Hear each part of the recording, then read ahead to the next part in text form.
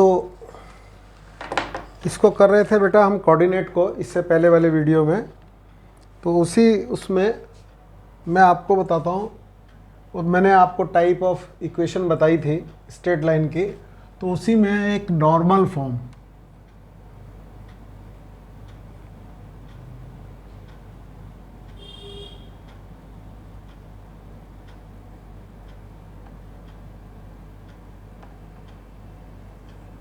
Normal form या उसको perpendicular form भी कहते हैं।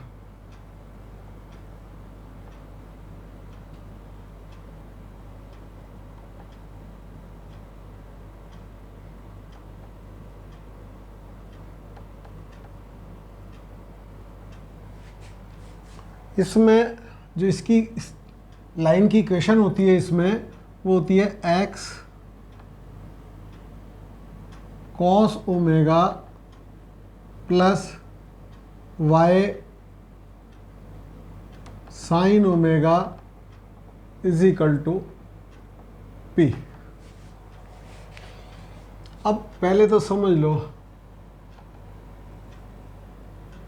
ये लाइन है, इस वाली लाइन की इक्वेशन के बारे में बात कर रहे हैं, ठीक है। और ये ओरिजिन है, इस ओरिजिन से परपेंडिकुलर ड्रा किया जाए तो यहाँ पर एक ओमेगा एंगल बनेगा, जो ये नॉर्मल, जो ये 90 डिग्री बना रहा है, ये नॉर्मल जो सा है वो एक्स एक्सिस के साथ पॉजिटिव डायरेक्शन में बनाएगा, और इसकी लेंथ को p बोलेंगे। तो ये equation x cos omega plus y sin omega is equal to p, ये नॉर्मल फॉर्म की इक्वेशन होती है।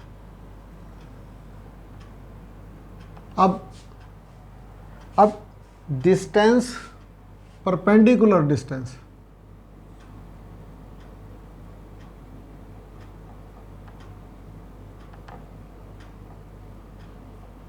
Perpendicular distance from x1 y1 point से perpendicular distance on line ax plus by plus c is equal to 0। यदि आपको ये equation दी हुई होगी, आपको एक पॉइंट देगा, बोलेगा परपेंडिकुलर डिस्टेंस निकालिए, तो आपको d इज इक्वल टू, सबसे पहले इस पॉइंट को इसमें सेटिस्फाइड करा देना है, ax1 plus by1 plus c का modulus upon under root a square plus b square, a square plus b square, ठीक है। और यदि परपेंडिकुलर डिस्टेंस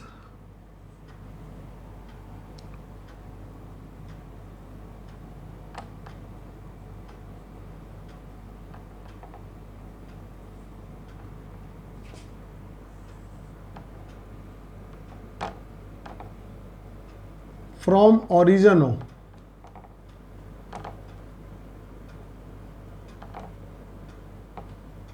यानी कि 0,0 से हो, on line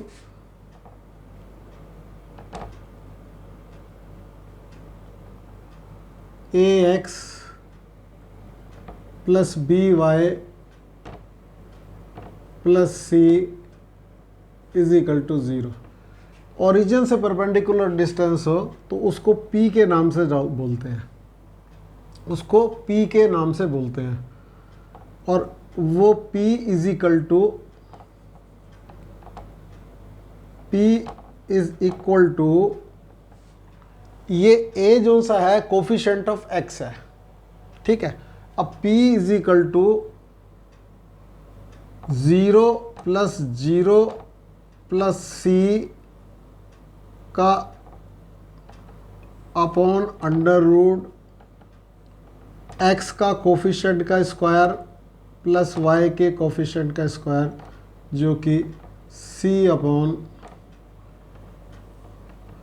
under root a square plus b square होता है। इस पर बेस एक क्वेश्चन भी है, इस पर बेस एक क्वेश्चन भी है। यदि हमारी लाइन जोन सी है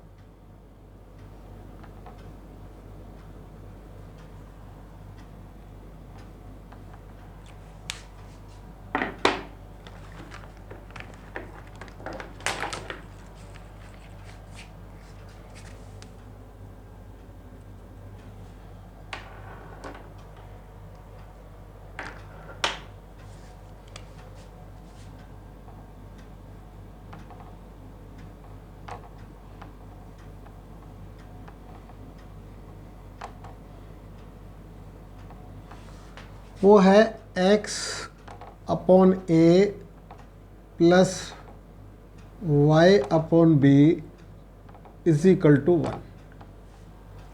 ठीक है, इसको आपको ऐसे दिखनी चाहिए 1/a into x plus 1/b into y minus 1 is equal to 0। बोलो समझ आया? वो यूँ कह रहा है एक्स एक्सेस पे जो इंटरसेप्ट है वो a है और वाई एक्सेस पे जो इंटरसेप्ट है वो b है। Then the equation of line x upon a plus y upon b is equal to 1 है। इस पर जो ओरिजिन से परपेंडिकुलर है वो p है, तो p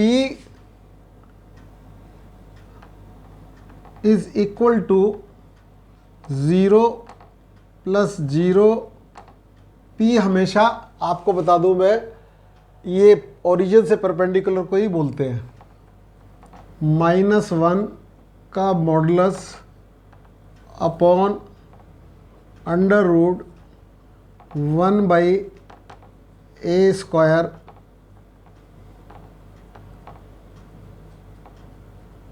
plus 1/b square.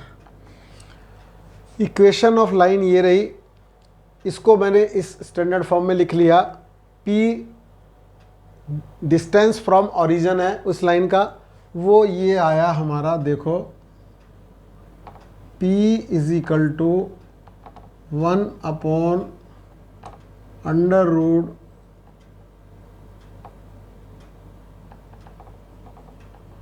1/a square plus 1/b square. बोलो 1/a स्क्वायर प्लस 1/, अब इसको यदि आप सिंप्लीफाई करेंगे तो 1/p square is equal to 1/a square plus 1/b square, ये आएगा। और यही पूछा जाता है बेटा, यही पूछा जाता है, बार बार यही पूछा जाता है कि यदि लाइन जोन सी है वो 1/x/a प्लस वाई, वो लाइन नहीं देगा तो बोल देगा इंटरसेप्ट है a और b, तो लाइन की इक्वेशन आप निकाल लेंगे। और उसके बाद पूछेगा इसमें फिर यदि p is the perpendicular distance from the origin, then कौन सा रिलेशन इसमें सही होगा, तो ये रिलेशन सही होगा। तो ये एक क्वेश्चन होगा जो आप ध्यान रखेंगे, अच्छा इंपॉर्टेंट क्वेश्चन है, ठीक है, जो इससे कनेक्टेड होता है p से। ठीक है, अब हम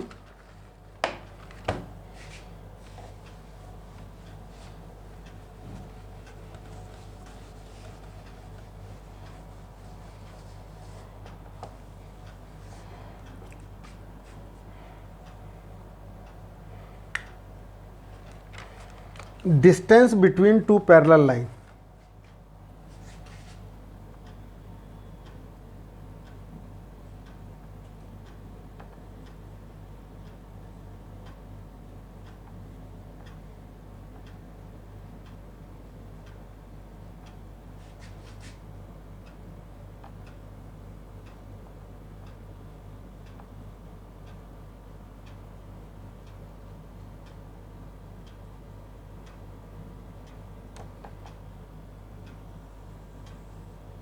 distance between two parallel line वाला क्वेश्चन बीआरसी में आया था। तो आपको मैं बताऊं, एक पैरेलल लाइन है AX plus BY plus C1 is equal to 0। दूसरी लाइन है AX प्लस BY। देखो पैरेलल लाइन होगी तो उनका स्लोप बराबर होगा, इसलिए x और y के कोफिशिएंट बराबर रहेंगे। और यहाँ पर C2 is equal to 0। Then distance between parallel line D जो होता है is equal to C1 minus C2 का modulus upon under root A square plus B square. ये हमारा डिस्टेंस बिटवीन पैरेलल है। अब इसमें थोड़ा सा ध्यान देने की बात यह है कि कभी कभी ये AX plus BY plus C1 is equal to 0 होता है और यहाँ पर उसका 2 टाइम रहेगा, 2A plus 2BY plus C2 is equal to 0। तो या तो आप इसको 2 से डिवाइड कीजिए या इसको आप 2 से मल्टीप्लाई करके x और y के कोफिशिएंट सेम लाने पड़ेंगे। आपको x और y के कोफिशिएंट सेम लाने पड़ेंगे। फॉर एग्जाम्पल एक क्वेश्चन कर रहा हूँ मैं। सपोज इक्वेशन है 15x plus 8y minus 34 is equal to 0। अब इसमें या तो वो 15 का मल्टीपल लगा देगा या फिर 15 ही लिख देगा। यहाँ पर वो 15 की जगह 30 भी लिख सकता था और यहाँ पर 8 की जगह, यहाँ पर वो 8 की जगह 16 लिख देता। आप इस बात को ध्यान रखेंगे क्योंकि ये दोनों बराबर होने चाहिए। Plus 31 is equal to 0। अब इस वाले में इनके बीच में ये पैरेलल लाइन है, ये तो बात आपको दिख ही रही है ना, क्योंकि दोनों के x और y के कोफिशिएंट सेम है। तो इसके बीच का जो डिस्टेंस होगा d, वो देख लो, वो होता है फार्मूला C1 माइनस C2 का modulus upon under root x का कोफिशिएंट, जिसे स्टैंडर्ड फॉर्म में a लिखते हैं, और y का कोफिशिएंट। तो यहाँ पर आ गया हमारा माइनस 34 माइनस 31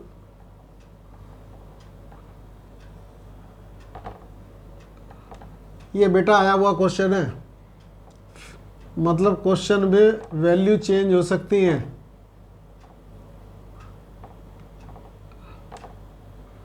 तो ये 65 आ गया हमारा।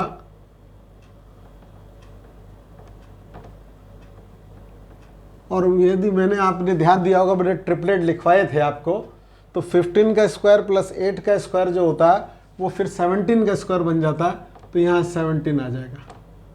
तो ये आपका आंसर आ गया। तो distance between two parallel lines. अब इसके बाद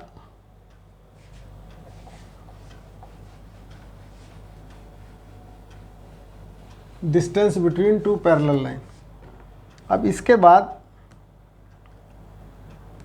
एक क्वेश्चन करते हैं, वो क्वेश्चन भी बहुत इंपॉर्टेंट है।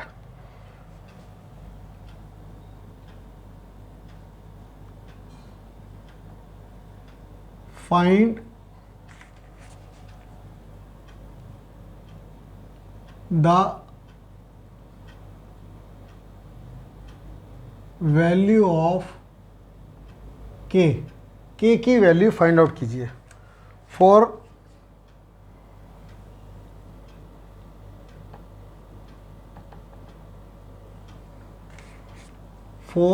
which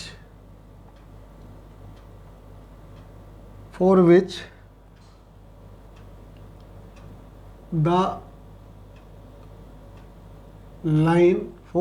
line, लाइन की इक्वेशन मैं लिख रहा हूं। ये होगी हमारी लाइन की इक्वेशन k -3। अब बेटा इसको अच्छी तरह समझ लो, ये जो वैल्यू है ये चेंज होती रहती हैं, बस खाली आपको समझना है। ये एक लाइन की इक्वेशन है, -4 -k² plus k² -7k + 6 is equal to 0। आपको क्या निकालना है? Find the value of k। पहला है parallel to x axis.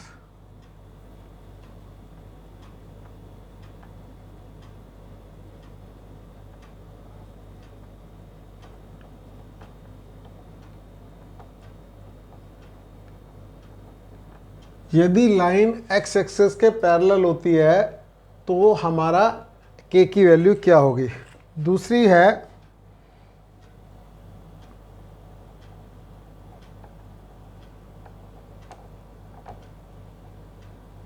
Parallel to y axis. इसको आप ये भी लिख सकते हो परपेंडिकुलर टू x एक्सिस।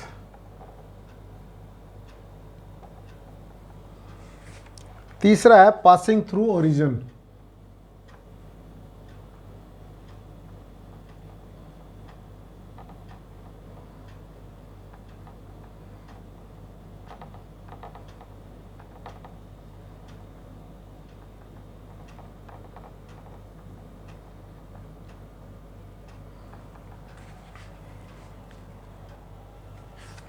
तीसरा है पासिंग थ्रू ओरिजिन। तो ये हमारे 3 पार्ट हो गए। तो इसमें आपको पैरेलल टू x एक्सिस, सबसे पहला है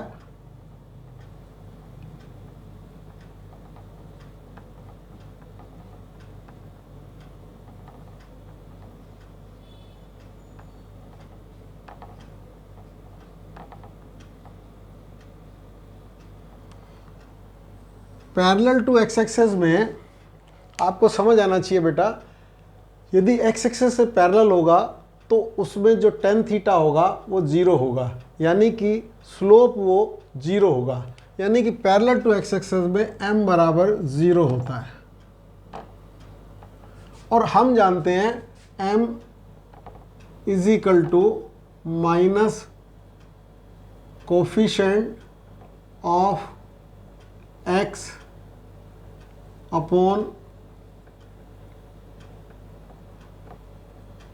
कोफिशिएंट ऑफ y, जिसे कि हम नॉर्मल टर्म में -a/b भी कहते हैं। तो इसके हिसाब से यहाँ 0 लगाइए आप। Coefficient minus coefficient of x k -3 4 -k² is equal to 0। इससे आपको मिल गया k बराबर 3। ठीक है। अब दूसरा वाला पार्ट है इसका b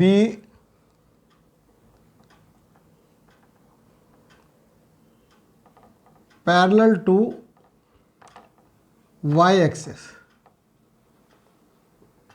या और परपेंडिकुलर टू x एक्सिस। तो परपेंडिकुलर टू x एक्सिस में tan 90 बनता है, तो m जो सा इन्फिनिटी आता है, इसलिए इसमें हम m ना निकाल के 1/m निकाल लेंगे। 1/m जो सा होता है वो 0 होता है। इसमें m नहीं निकालना चाहिए। 1/m, m जो सा होता है इन्फिनिटी होता है, तो नॉट डिफाइंड कंडीशन में चला जाएगा। 1/m निकाल लीजिए।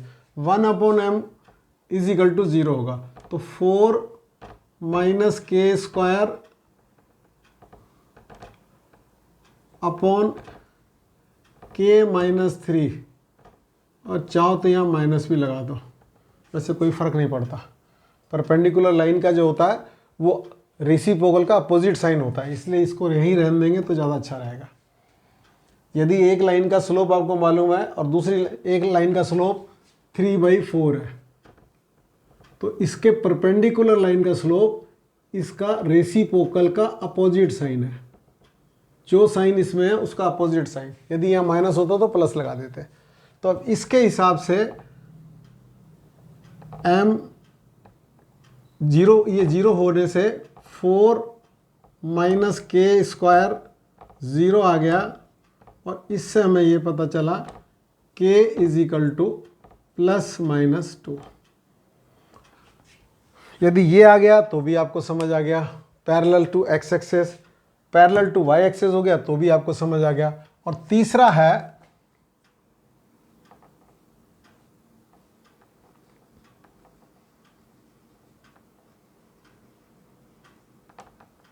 पासिंग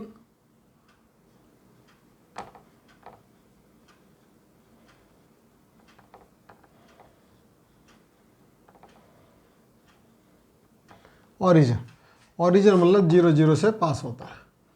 पहली बात तो इसके लिए ये समझ लो बेटा, जो मेन समझने की बात है कि कोई भी लाइन, स्ट्रेट लाइन ही नहीं, सर्किल, इलिप्स, हाइपरबोला, पैराबोला, जो भी ओरिजिन से पास होगा उसमें कांस्टेंट टर्म नहीं होगी। बेसिक थ्योरी है, कोई भी इक्वेशन, कोई भी कर्व यदि ओरिजिन से पास होता है तो उसमें कांस्टेंट टर्म नहीं होता है। जैसे लाइन होती है तो y = mx होती है उसकी इक्वेशन, पैराबोला होता है y = 4ax होता है। मतलब जो भी ओरिजिन से पास होगा उसमें कांस्टेंट टर्म नहीं होगी। और वैसे आप नॉर्मल तरीके से 0, 0 इसमें लगा देंगे तो ये 0 हो जाएगा, ये 0 हो जाएगा और ये रह जाएगा। तो इसलिए आप इस बात को अच्छी तरह समझ लीजिए, कोई भी इक्वेशन आप यदि देख रहे हैं और उसमें कांस्टेंट टर्म नहीं है, it means that equation passing through the origin. ठीक है, तो जैसे मैं बोलूँगा x² + y² + 2gx + 2fy = 0, ये ओरिजिन से पास होने वाला सर्किल की इक्वेशन है। तो इसको आप देखिएगा तो इससे मतलब ये निकला इस बात से कि ओरिजिन से पास होगी तो कांस्टेंट टर्म नहीं होगी, या 0, 0 से पास करा दीजिए तो k² - 7k + 6 = 0। आप समझ रहे हैं, k² - 6k - k + 6 = 0। तो ये हो गया k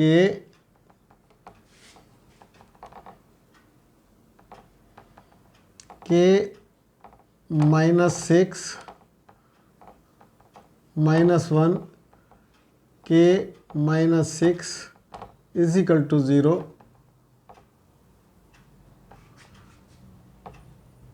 k - 6 और k - 1 = 0।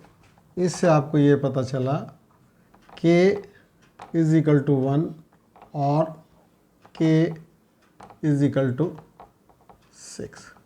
तो ये एक क्वेश्चन हो गया, वेरी इंपॉर्टेंट क्वेश्चन है, जिसमें कि आपने लाइन के पैरेलल होने, परपेंडिकुलर होने और ओरिजिन से पास होने की प्रॉपर्टी को पढ़ा और समझा। अब एक दूसरा क्वेश्चन है, वो भी बहुत आता है।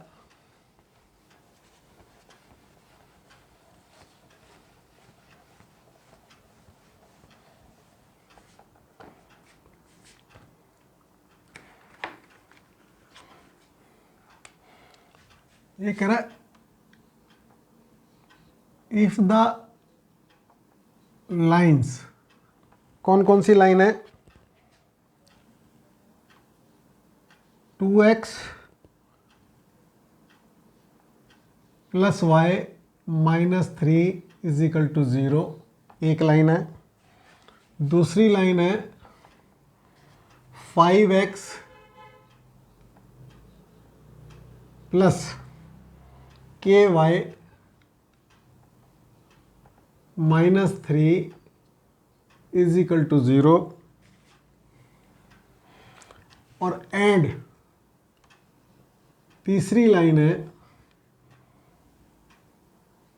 3x minus y minus 2 is equal to 0। तीनों लाइनें हो गई, first line, second line, third line are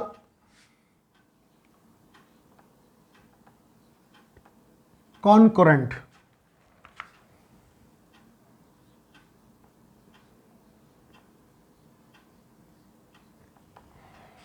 तो आपको फाइंड द वैल्यू ऑफ के।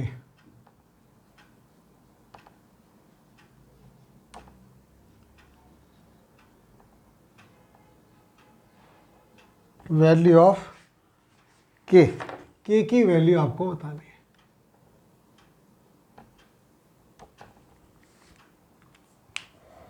इसमें आपको समझ आना चाहिए कॉन्करेंसी ऑफ लाइन होती क्या है। ये लाइन और ये लाइन यदि एक ही पॉइंट से पास होते हैं तो इसको कहते हैं कॉन्करेंसी ऑफ द लाइंस। ये दोनों लाइनें, तीनों लाइनें एक ही पॉइंट से, इस पॉइंट से पास होती हैं तो इसको कॉन्करेंसी ऑफ द लाइन बोलते हैं।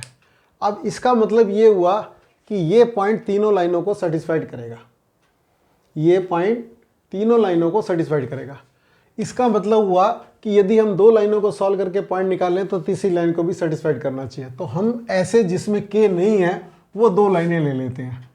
2x plus y is equal to 3 और 3x minus y is equal to 2। दोनों को ऐड कर दिया, ये दोनों लाइनें ले ली, इसको छोड़ दिया जिसमें k है।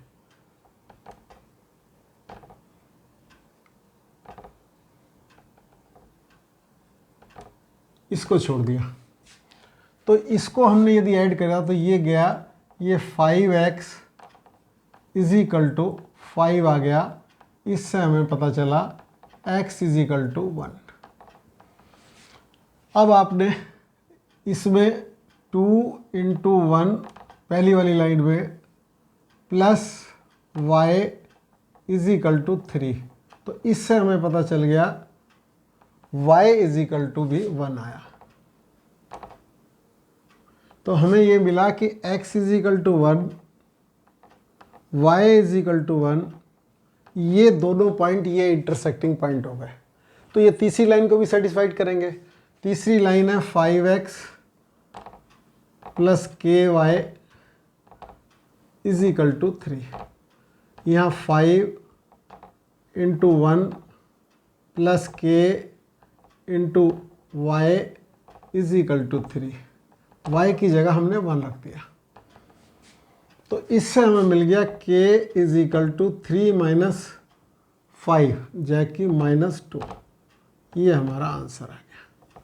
ये कॉन्करेंसी ऑफ द लाइन होती है। कॉन्करेंट होंगी लाइनें तो आपको समझ आना चाहिए। बहुत आसान क्वेश्चन है, बस मालूम होना चाहिए कि इन दोनों को सॉल्व करिए और इसमें रख दीजिए तो ये कॉन्करेंसी ऑफ द लाइन इसका ये होता है। अब एक क्वेश्चन और,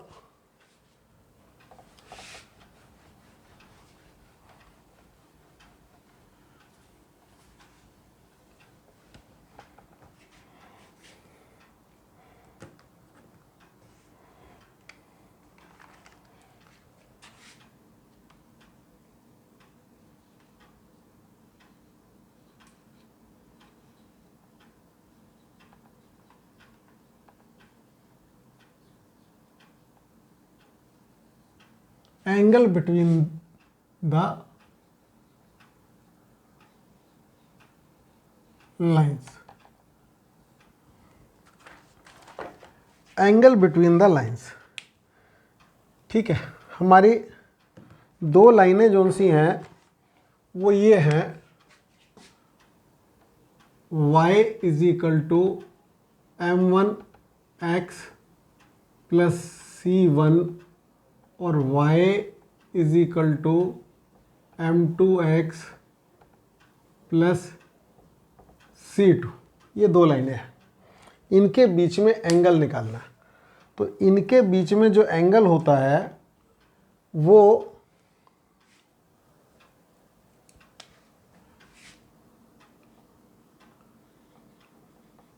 tan theta is equal to m1 minus m2 upon 1 plus m1 m2 का मॉडुलस। अब इसमें बात समझने की है, एक प्लस होता है और एक माइनस होता है। जैसे जब दो लाइनें एंगल बनाएंगी तो यदि ये एंगल थीटा है तो ये साथ में ही बनेगा इन दोनों के बीच में 180 माइनस थीटा। यानी कि आप क्वेश्चन को अच्छी तरह पढ़ लेना कि यदि वो एक्यूट एंगल बोलता है तो उसके हिसाब से आंसर निकाल देंगे, नहीं तो दोनों आंसर लिखने होंगे आपको। तो क्योंकि ये जब भी लाइन बनाती है दो एंगल बनाती है, इन दो, ये देखो आप समझ लो, ये हमारी पहली लाइन है, ये दूसरी लाइन है, ये दूसरी लाइन है, ये पहली लाइन है। तो इन दोनों के बीच में 180 माइनस थीटा होगा, इसमें थीटा होगा, तो दोनों साथ ही बनेंगे। अब इसका एक एग्जांपल देखते हैं। लाइन की इक्वेशन है, लाइन की इक्वेशन है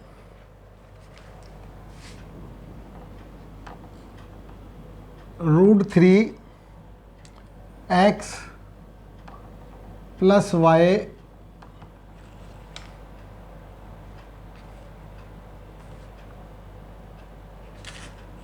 √3x plus y is equal to 1, और दूसरी है x प्लस √3y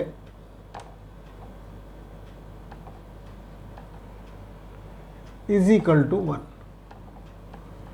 इस लाइनों में जो इसका स्लोप आएगा m1 माइनस √3 अपॉन 1, ठीक है, और इसका जो स्लोप आएगा m2 वो माइनस 1/√3, ठीक है। इसमें कोई ज़्यादा प्रॉब्लम वाली बात नहीं है। अब tan थीटा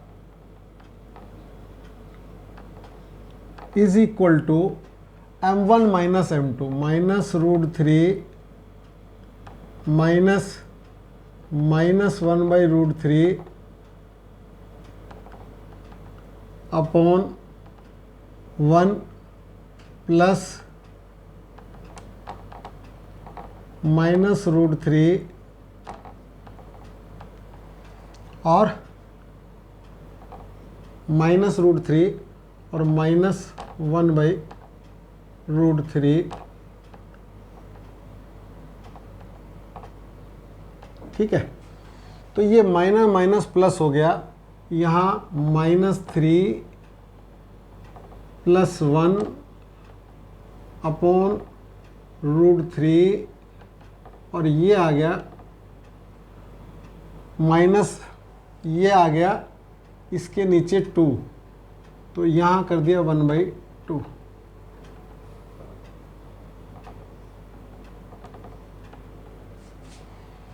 ये tan theta is equal to, ये देखो बेटा 2 से ये 2 कैंसिल आउट हो जाएगा, 2/√3 इंटू 1 ये माइनस है, कोई बात नहीं, इसको बाद में देख लेंगे। तो यहाँ पर आ गया tan theta is equal to 1/√3 और tan theta is equal to -1/√3।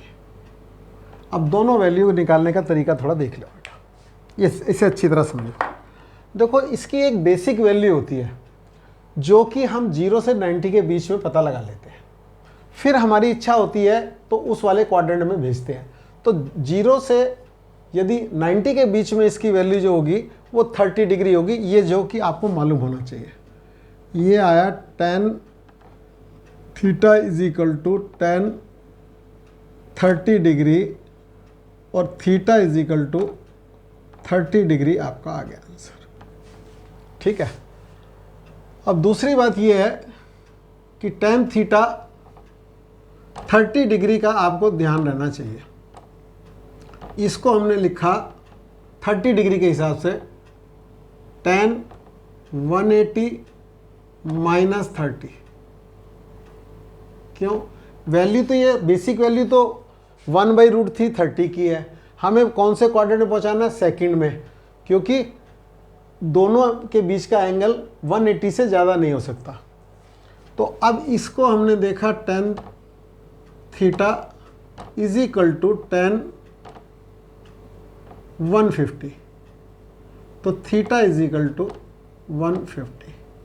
अब आपको समझ आना चाहिए कि थीटा बराबर 30 डिग्री, यदि एक 30 डिग्री आएगा, यहाँ पर 30 डिग्री आया, तो दूसरा वाला निश्चित तौर पे 180 माइनस 30 यानी कि थीटा इज इक्वल टू 150। अब वहाँ आप देख लेना, वो एक्यूट एंगल बोलेगा तो आप ये लिख देना, यदि दोनों का होगा तो दोनों के हिसाब से हम फिर देखेंगे। तो ये हमारा क्वेश्चन हुआ एंगल बिटवीन द। अब एक चीज़ मैं और बता देता हूँ, कोलिनियर होने का क्वेश्चन बहुत आता है।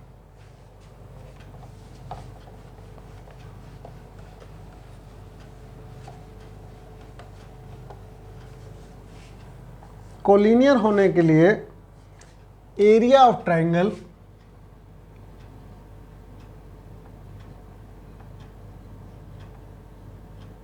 का इज इक्वल टू 0 ले लेते हैं। तो एरिया ऑफ ट्रायंगल जो सा होता है वो 1/2 x1 y2 माइनस y1, और वैसे एरिया में निकालने को आए तो आप इससे निकाल सकते हैं, प्लस x2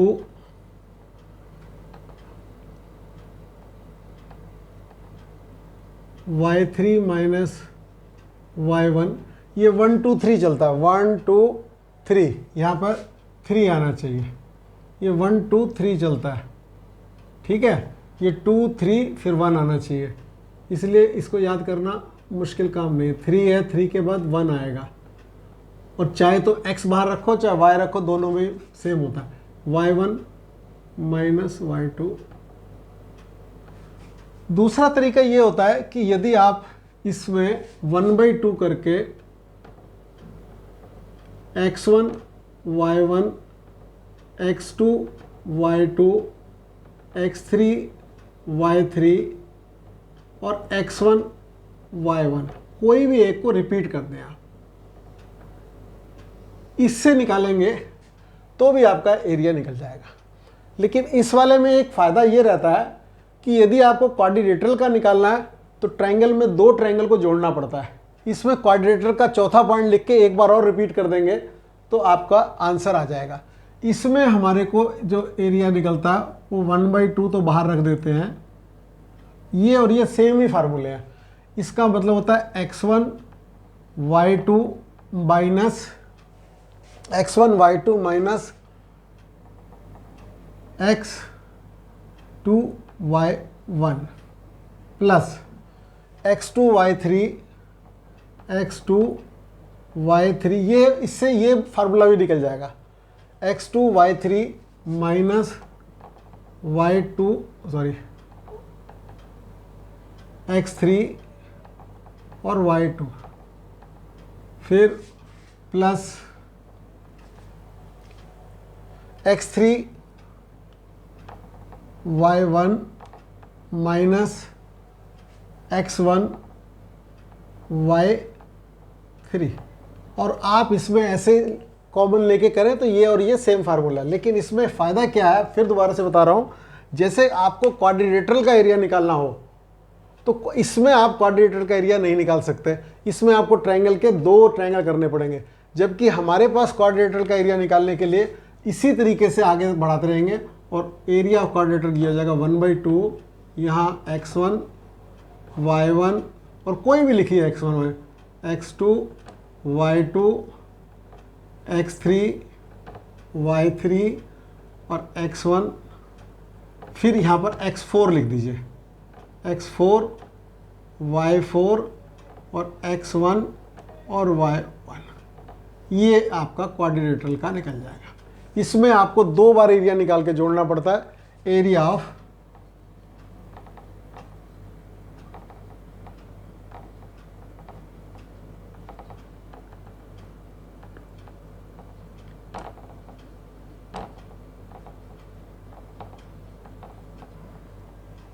तो एरिया ऑफ क्वाड्रिलेटरल का आप इस तरीके से निकाल सकते हैं। और इसमें यदि 0 आ जाए एरिया तो लाइन जो सी है वो सॉरी 3 पॉइंट आर कोलिनियर। लेकिन हम इस पॉइंट के इस वाले मेथड की बजाय रेशो वाला फार्मूला इस्तेमाल करके कोलिनियर निकालते हैं।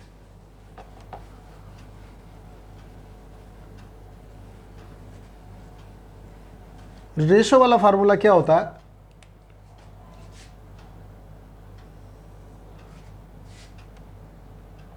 ये एक्स वाई,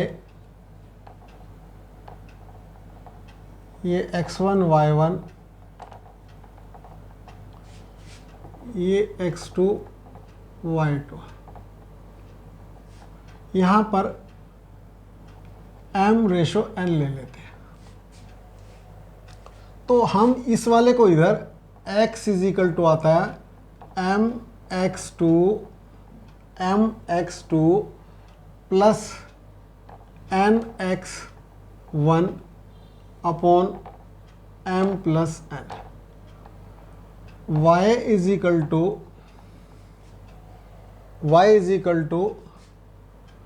m y2, मतलब ये वाला इधर कर रहे हैं और ये वाला इधर।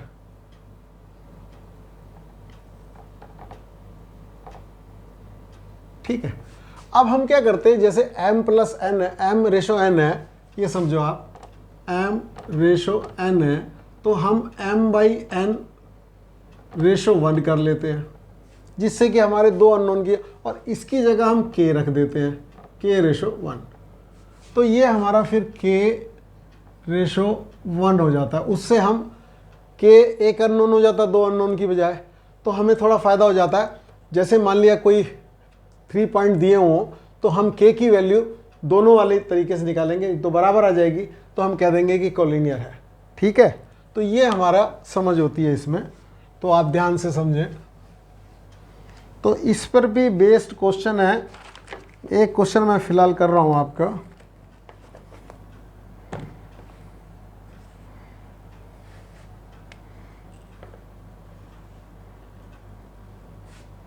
देखो,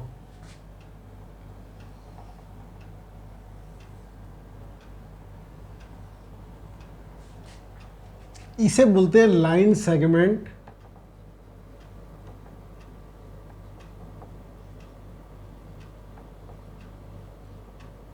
बिटवीन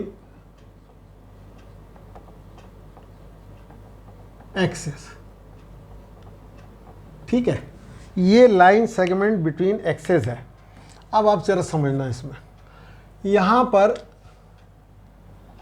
ये मैंने खुद a मान लिया, a, 0, और ये मान लिया मैंने 0, b।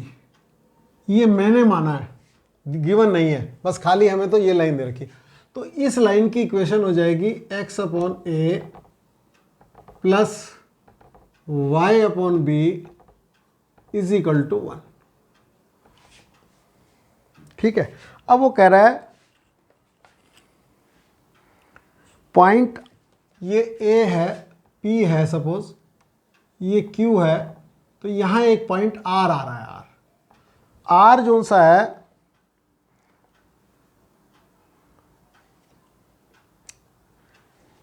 R जो सा है इस line segment between the axes है, उसको जो रेशो है उसमें रेशो में काट रहा है, रेशो 1:2 है, इस रेशो में काट रहा है। और जो पॉइंट R है वो है H, K, यानी कि इसमें इस लाइन सेगमेंट को जो कि एक्स कोऑर्डिनेट एक्सेस के बीच में है, उसको एक पॉइंट R डिवाइड कर रहा है 1:2 में, और वो पॉइंट के कोऑर्डिनेट है H, K। तो आपको लाइन की इक्वेशन बतानी है। मेरी बात जो समझाने की है वो ये है सबसे बड़ी, कि ये 1:2 आप कैसे लिखेंगे, कौन 1 और कौन 2। तो नॉर्मल आदमी की प्रवृत्ति ऐसी होती है कि वो इसे 1 लिखता है और इसे 2 लिखता है। रूल क्या है, वही गलती कर जाएगा। रूल ये कहता है एक्स एक्सेस से नापते हैं हम, मतलब एक्स एक्सेस से देना शुरू करते हैं। तो ये 1 होगा और ये 2 होगा और ये कोऑर्डिनेट हमारे h, k है। बोलो बात समझ आई कि नहीं आई? ये कॉमा, इसमें जो समझना है 1:2 जिसके लिए मैं ये क्वेश्चन बता रहा हूं, उसको कोऑर्डिनेट यदि वो इधर को होते तो हम यहाँ 1 होता, यहाँ 2 होता। ठीक है, अब 1 1 होता है तो कोई फर्क नहीं पड़ता, ये और ये बाइसेक्ट करते हैं जिसे कहते हैं, और अदरवाइज आपको ध्यान देना है। तो ठीक है, फिर मैं आपको बता देता हूं।